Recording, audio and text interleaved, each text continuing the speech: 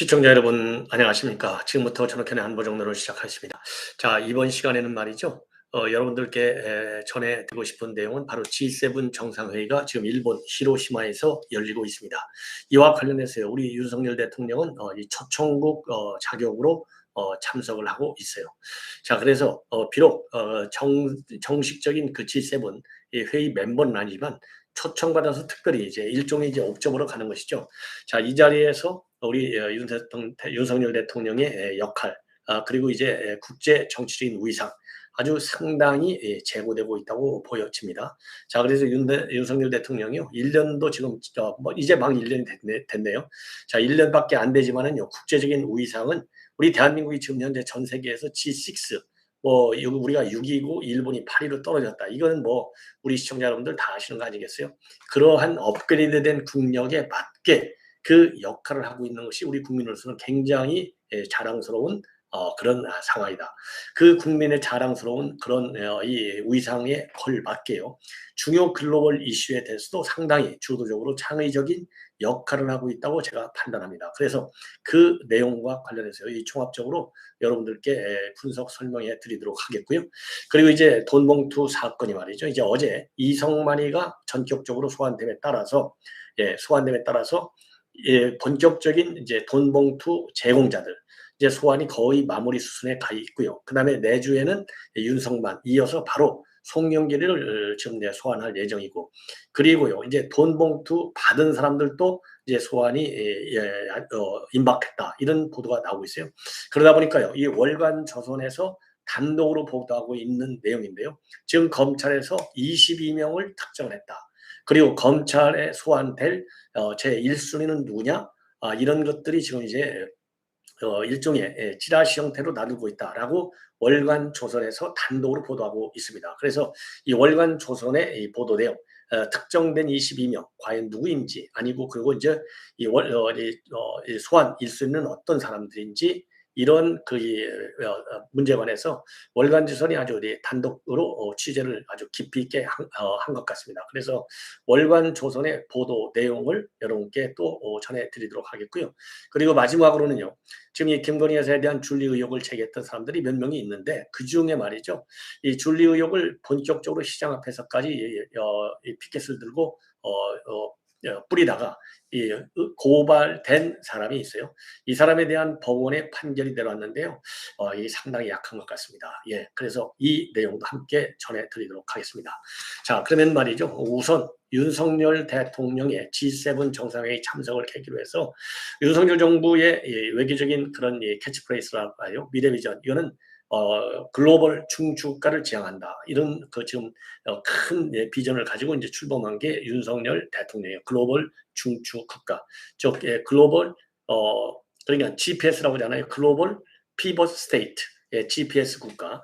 자, 그래서 우리가 이제 글로벌 중추국가의 그런 미래 비전에 맞는 역할을요. 이번에 G7 정상회담에서 확고하게 윤석열 대통령이 보이는 걸로 지금 저는 판단하고 있고요.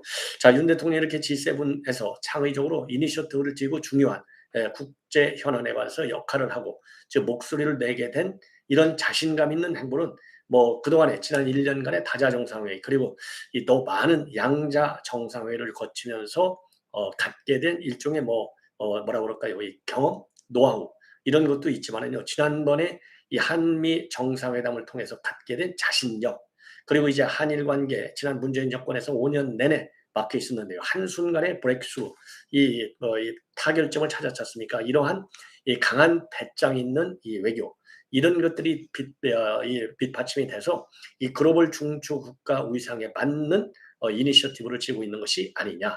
그래서요 여러 이제 보도들을 보면은요 신국제 질서를 윤석열 대통령이 그리고 있다. 그래서 신국제 질서를 그리는 큰 프레임으로 보면은요 한미일 간의 이 안보 협력 관계를 확고하게 복원시킨다. 물론 한미일 안보 협력 관계의 복원은 그 바탕에는 뭐가 있느냐? 한미 동맹 관계의 정상적인 역할, 그리고 이제 글로벌 포괄적 동맹으로서의 발전, 그리고 이제 한일 관계의 정상화 이런 것들이 이 바탕이 돼서 이루어지는 것이 이제 한미일 안보 협력 관계의 확고한 복원이고요. 그거를 통해서 뭘 하냐? 우리 대한민국의 안보와 국가 이익을 최대치로 끌어올리는 가운데 지금 이제 이 미국 바이든 대통령의 중요 외교 정책의 목표 중에 하나는 바로 뭐냐? 그거는요, 중국과 러시아의 팽창을 막는 데 있어요. 자, 왜냐면은요, 이 중국과 러시아가 이 국제 질서의 규범을 지금 완전히 무너뜨리고 있거든요. 뭐에 의해서? 힘에 의해서. 이거를 견제하는 바이든 대통령과 윤석열 대통령도 가치 외교를 굉장히 중시하잖아요. 윤석열 대통령이 가지고 있는 가치 외교의 출발점은 뭐냐? 바로 법치, 자유, 민주, 인권 이런 데 있거든요. 그래서 이런 것 갖고 어우러져서 즉 바이든의 이 외교 철학과 윤석열 대통령의 외교 철학이 저는 거의 같다고 봅니다. 예, 물론 한국과 그다음에 미국이 처하고 있는 국제적인 위상과 글로벌 이슈에 대한 입장에 따라서 조금씩은 달리하지만요. 큰 틀에서는 맥락을 같이 해요. 그런 측면에서 이번 G7 정상회의에서도 윤 대통령이 지금 가지고 있는 보여주고 있는 이런 외교적인 역량과 이니셔티브가 상당히 빛을 발휘하고 있다라고 판단이 됩니다. 그래서 이러한 이 백그라운드의 저의 판단 이거를 바탕으로 해서 여러분께 자세하게 좀 말씀을 드리겠어요. 우선요. 이번 2박 3일간의 일정은요. 정상회계 슈퍼위크다. 이렇게 모든 국내 언론이 평가를 하고 있습니다. 자, 왜 그러냐면 G7 정상회라고 하는 것은 그야말로 G7이잖아요. 이렇게 그룹 7 이렇게 하는 것은 이제 G7이 있고 G20이 있어요. G20은 뭐 20개국이니까 7개 국가만큼은 영향력이 조금 떨어진다고 볼 수밖에 없는데 이 G7 정상회의에 우리 윤 대통령이 이 초대를 받아서 간다고 하는 점. 그 다음에는요, 이 그냥 G7 정상회의에 간 기회에 최소 6개 국가들 정상하고요. 그러니까 이제 G7 국가, 지금 미국을 제외한 6개 모든 국가와 양자 정상회담을 가져요. 이 바이든과의 정상회담은 지난 5월 달에 이미, 지난 4월 달에, 4월 말에 가졌고, 이번에는 이제 한미일 정상회담을 갖췄습니까? 그래서 이 한미 간의 순수 양자 차원의 정상회담은 이번에 없고, 미국을 제외한 6개 국가들과 이 양자 정상회담을 갖는 거 이게 어마어마한 이 정상 외교예요. 그래서 정상 외교의 슈퍼위크 왜냐하면 세계에서 제일 힘이 센 6개 국가하고 회의를 갖지 않습니까? 이거 어마어마한 거잖아요. 자, 이래서 이제 이 외교 위크다. 정상 외교 슈퍼 위크다. 이런 이 수식어가 지금 붙어 있어요. 그리고 이제 그동안에는요, G7과 관련해서는 우리 대한민국의 국제적인 위상과 이 경제력을 감안할 때 종종 초대를 받는데요. 자, 문재인이도 2021년도 영국 콘월에서 열린 G7 정상회담에 초청이 됐어요. 근데 이제 문재인 정부의 외교안보 정책 이거 국제적으로 인정을 못 받았어요. 실력을 인정 못 받았어. 그렇다 보니까 사실상 국제사회의 목소리, 글로벌 현안에 대해서 이렇게 별로 평가를 못 받고 이 주변국 대접밖에는 못 받았어요. 그 이유 중에 하나는요. G7 국가들의 경우 대부분이 중국과 러시아에 대한 이 견제, 압박 여기에 초점을 맞췄는데 이 문제는요. 중국과 러시아, 북한에 대해서 쩔쩔매는 외교 그리고 또 가끔은 말이죠. 이 전략적 모성 말이 전략적 모수죠. 대한민국의 국익과 안보를 팔아먹는 그런 입장을 취한 거예요. 그러다 보니까 소외되는 주변국으로 머무는 방관자적 역할에밖에는 못했어요. 근데 이거를 갖다가 우리 윤석열 대통령이 완전히 바꿔치기를 하고 있습니다. 즉 글로벌 피벗, 글로벌 중추국가로 성장한다. 글로벌 중추국가를 지향한다. 여기 이런 외교 비전에 맞게 주도적으로 이니셔티브를 지금 잡고 있고 이번 G7 정상회의가 그 중에 하나가 아니겠느냐. 이미 작년에 말이죠. 이 나토 정상회의에 참석했을 때도 상당한 영향력을 발휘한 바 있고요. 그러한 경험을 바탕으로 이번에 그러니까 작년만 하더라도 이 나토 정상회의, 그 다음에 G20, 그 다음에 이제 이 아세안 정상회의, 다자 외교가 많았거든요. 그런 경험과 그리고 그런 다자 정상회의 틀 속에서 우리 윤 대통령이 발표한 이 표명한 이 국제적인 이니셔티브에 대한 이 국제사회의 지지 이런 것들이 결합이 됐기 때문에 이번 G7 정상회의에서도요 분명하게 무슨 전략적 모호스라든가 주변국 이런 역할이 아니고 보다 주도적이고 능동적인 이니셔티브를 진다. 그래서요 대표적인 것이 바로 중국의 강압 정책을 견제하는 이 G7 국가들과 한 목소리로 힘에 의한 현상 변경에 반대한다. 이런 입장을 내놓는 거예요. 이거는 우선 우크라이나와 관련해서 힘에 의한 현상 변경. 그리고 왜냐하면 우크라이나 군사력 가지고 침투했잖아요. 그 다음에 대만 해역. 그리고 이제 우크라이나에 대한 지원. 이런 것들이 바로 글로벌 중추국가를 지향하면서 힘에 의한 현상 변경을 이 강력히 추진하는 윤석열 외교의 특성을 보여주고 있고요. 그리고 이번에 G7 정상회의 기간 중에 쿼드 가입국 중에 쿼드라고 하는 것은 미국, 일본, 호주, 인도 안보 협의체인데요. 이 세 개, 그 네 개 국가 중에서 일본, 호주, 인도 3개국 정상과 양자 회담을 개최하는 것도 굉장히 큰 성과입니다. 쿼드의 기본 전략의 핵심은 바로 미국이 주도하는 대중 견제 이 전략에 동참한다는 거 아니겠습니까? 그래서 우리 한국은요, 이러한 직접적으로 대중 견제보다는요, 백신이라든가 기후변화 아니면 이제 신기술 이런 특정 분야에서 대중 견제와 무관한 이런 글로벌 이슈 차원에서 협력한다 이렇게 입장을 밝혔는데요. 이번에 양자 정상회담을 통해서요. 이 쿼드 그룹 국가들하고 단순하게 그런 워킹 그룹의 협력을 넘어서서 쿼드가 추구하는 게 뭡니까? 이 국제질서 재편 관련해서 중국을 견제한다는 거 아니겠어요? 특히 인도 태평양 지역에서 여기에 적극적으로 참여한다는 입장을 표시하는 걸로 그렇게 알려지고 있습니다. 그리고 여러분들 아시다시피 이번에요, 이 한일 정상 차원에서는요, 이 히로시마 평화공원 내에 있는 한국인 원폭 피해자 위령탑을 공동 참배하는 것도 사상 처음 있는 일이에요. 이게 굉장히 의미 있는 것이고, 그리고 한밀 3국 정상회담을 통해서는 북한 미사일 경보 정보 시스템을 갖다가 공유하기 위한 경보 정보를 공유하기 위한 구체적 실행 방안을 주요 의제로 논의할 예정인 것으로 그렇게 알려져 있습니다. 자, 그래서 말이죠.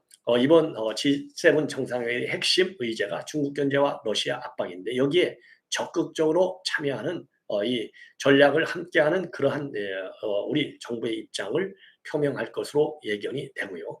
그리고 이번에 이제 특히 러시아와 관련해서는요, 고강도 제재를 얘기하고 있는데 저 G7 공동 성명에 담길 내용으로는요, 지금 이제 러시아의 전쟁 물자 조달 능력을 차단하고 그리고 대러 에너지 의존도도 축소하고 러시아의 국제 금융 시스템 접근도 차단한다. 이러한 제재 안에도 윤석열 대통령이 적극적으로 동참할 것으로 지금 알려지고 있습니다. 자, 그래서요, 이번 정상회담의 특징 중에 하나는 이 우크라이나 사태와 관련된 국제사회의 연대, 이런 거를 감안해서 젤렌스키 우크라이나 대통령이 미 군용기 편으로 특별히 참석하고요. 그리고 젤렌스키 대통령의 부인은 우리 한국에 와서 직접적으로 우크라이나에 대한 지원과 연대에 동참했을 것을 호소하고 있습니다.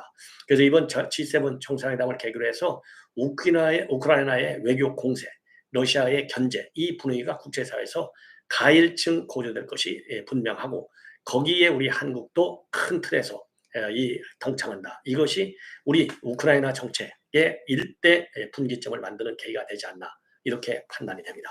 자, 이 정도로 해서요, 이 정상외교 슈퍼위크라는 측면을 고려해서 또 제가 아시다시피 이런 문제는 뭐 제가 평생 이 업무를 다뤄왔기 때문에 굉장히 국제적으로 또 국내적으로도 중요해요. 그래서 조금 길게 깊이 있게 설명을 해드렸습니다.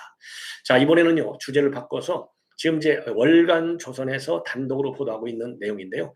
이번 돈봉투 사건과 관련해서요, 민주당이 지금 돈봉투 늪에 빠지고 있다. 그래서 지금 윤관석과 이성민을 포함해서 20명 정도 플러스 2명, 윤관석하고 이성만에 들어가면 22명이잖아요.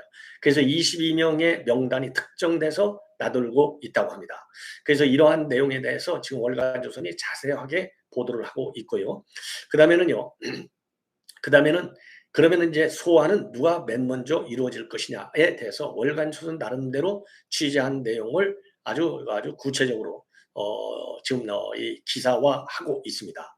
자, 그래서요. 우선 뭐 여러분들 잘 아시다시피 이 돈봉투 사건은 강래구하고 이정근, 그리고 이제 윤관석과 이정근, 그리고 또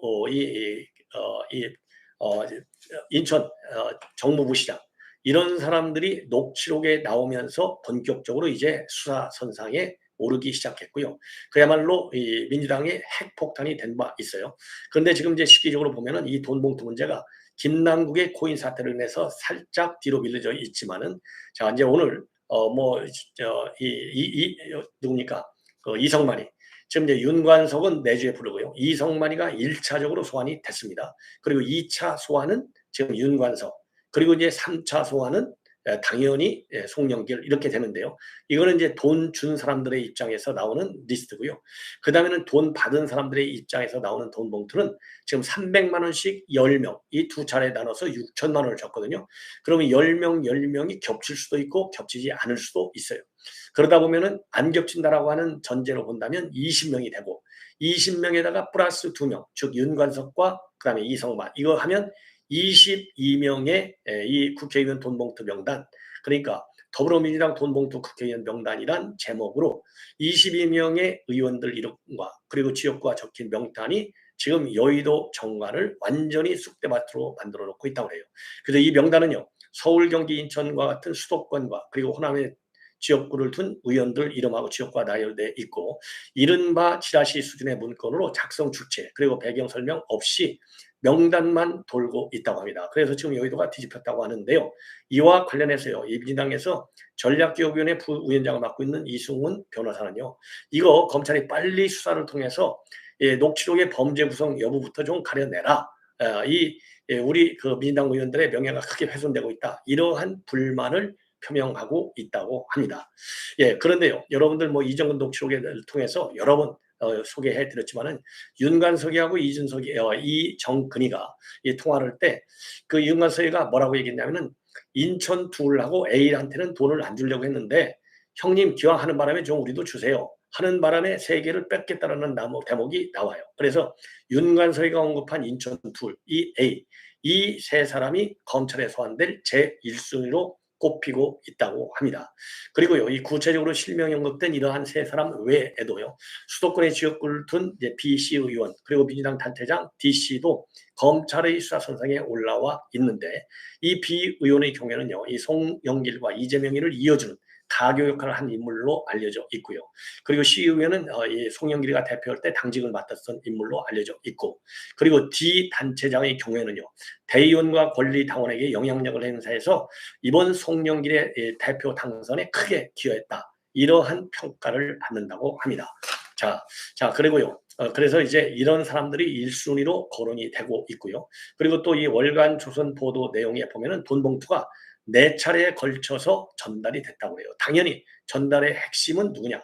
강내구라는 것이죠. 그러면은 맨 첫 번째 돈 봉투 전달 내용은 2021년도 3월 30일 강내구 요청으로 조태상 부시장이 지역본부장 10명에게 900만 원을 건넸다는 것이고요.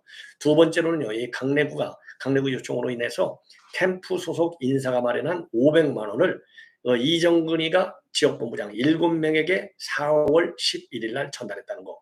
그리고 세 번째는요. 4월 말에 이 강내구가 지인을 통해서 마련한 2천만 원을 이정근이가 상황실장 40명에게 전달했다는 것. 그리고 네 번째는요. 4월 28일 날 강내구가 만든 6천만 원을 이정근이가 윤관석에게 전달했고 이 돈이 300만 원 단위로 해서 국회의원들에게 전달이 됐는데요. 두 차례에 나눠서 전달이 됐기 때문에 10명씩 최대 20명이 될 수 있다는 겁니다. 여기에다가 윤관석, 이성만을 합쳐서 22명의 명단이 지금 특정이 됐다. 이렇게 월간조선이 보도하고 있어요. 그리고 그러면 돈 뿌린 루트는 이정근, 그다음에 윤관석, 강내구 이렇게만 있느냐? 아니옵시다. 여기에 또 하나의 채널이 추가되고 있다. 그래서 이 추가적인 채널은 뭐냐? 바로 먹사연. 송영길의 이제 외곽 지원 조직이죠. 여기에 대해서 검찰이 수사를 집중하고 있고, 이 두어 번 이 먹사연 관계자들을 갖다가 소환한 것으로 그렇게 이제 저도 여러분들께 보도해드린 바 있어요. 그리고 먹사연의 일부 컴퓨터 하드디스크를 갖다가 포맷하거나 또 이 교체해서 증거 인멸물까지도 받고 있습니다.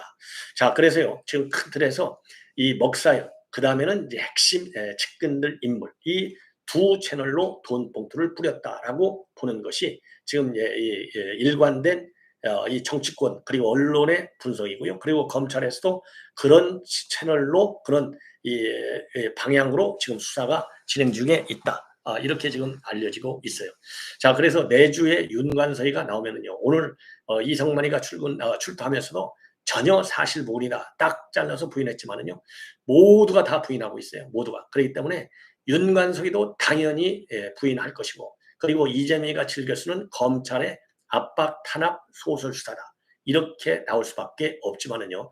검찰이 그동안에 계속해서 이 압수수색을 하고 또 이 관련자들의 소환 조사에 굉장히 그 속도를 낸 걸로 본다면 윤관석과 이성만의 혐의는 분명해 보이는데요. 지금 법조계 일각에서 지금 제기되는 우려는 바로 뭐냐? 윤관석과 이성만이가 입을 딱 다무는 한 실증을 해서 법원에서 유죄 판결을 받는 데는 상당한 어려움도 있을 수 있을 것이다. 이렇게 지금 전망들을 하고 있다는 점도 참고적으로 말씀을 드립니다. 자, 이번에는 이 정도로 이제 이걸 하고, 그 다음에 줄리 의혹 전단지를 나눠준 사람이 있어요. 자, 이 사람에 대한 그 작년 그러니까 1월 달 얘기인데요. 작년 1월 달에 시장 앞에서 줄리는 누구냐? 그 줄리는 누구? 이렇게 이제 딱 이 퀘스천 받고, 그 다음에 줄리는 술집 덕대부 의혹, 이런 문구가 쓰인 피켓을 들고 지나가는 시민들에게 윤석열 부인이 줄리다, 김건희가 줄리다라고 말하는 사람이 있습니다. 이 사람이 바로 김모 씨로 알려져 있어요. 그래서 줄리라고 하는 전단지를 배부한 사람입니다. 62세인데요. 벌금형을 선고했습니다. 그래서 김건희 여사의 줄리 의혹과 관련해서 허위사실 공표 혐의로 법원이 내린 첫 번째 판단치고는 굉장히 약하다.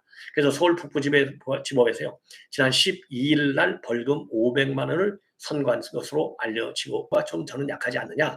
왜냐하면 이미 재범이잖아요. 예. 그래서 제가 주장을 하는 것이고요. 뭐라고 했느냐면요, 이 김모 씨가 특정 후보자가 단성되지 못하게 할 목적으로 김 여사에 관해서 허위 사실을 공표했고, 이는 윤 대통령의 명예를 훼손할 뿐만 아니라 유권자의 올바른 의사결정에 혼란을 초래해서 선거의 공정성을 저해한다는 점에서 죄책이 가볍지 않다. 이런 지금 재판부 판결을 내렸습니다. 그러면서요, 근거가 박약한 의혹의 제기를 광범위하게 허용할 경우에는 비록 나중에 그 의혹이 사실무근으로 밝혀지더라도 후보자의 명예가 훼손되면 물론이거니와 임박한 선거에서 유권자들의 선택을 오도하는 중대한 결과가 야기된다. 의혹이 진실인 것으로 믿을 만한 상당한 이유가 있는 경우에 한하여 허용돼야 한다. 예, 이러한 입장을 내놨습니다. 자, 그리고요, 이 김 씨는요, 이러한 의혹을 진실하고 믿은 이유는 열린공감TV, 그 다음에 시사타파, 김어준의 다스베이다, 뉴스버스 이런 데서 의혹을 제기했기 때문이라고 이 방어벽을 쳤지만은요, 재판부는 인정하지 않았습니다. 재판부는 여기에 대해서 뭐라고 반박했느냐? 유튜브 채널이나 개인들이 객관적인 진실만을 표명하는 공신력 있는 기관이라고 보기는 어렵다. 이러한 의 채널들은요, 김건희 여사 의혹에 관한 진위 여부를 확인하고 방송했음을 인정할 만한 자료도 없다. 그래서 이러한 김모 씨의 주장을 받아들이지 않고 유죄 판결 500만 원의 벌금형을 선고했습니다. 자, 이렇게 해서 본 방송은 마치고요. 이어지는 저의 후속 방송 계속해서 많은 시청을 부탁드리겠습니다. 대단히 고맙습니다.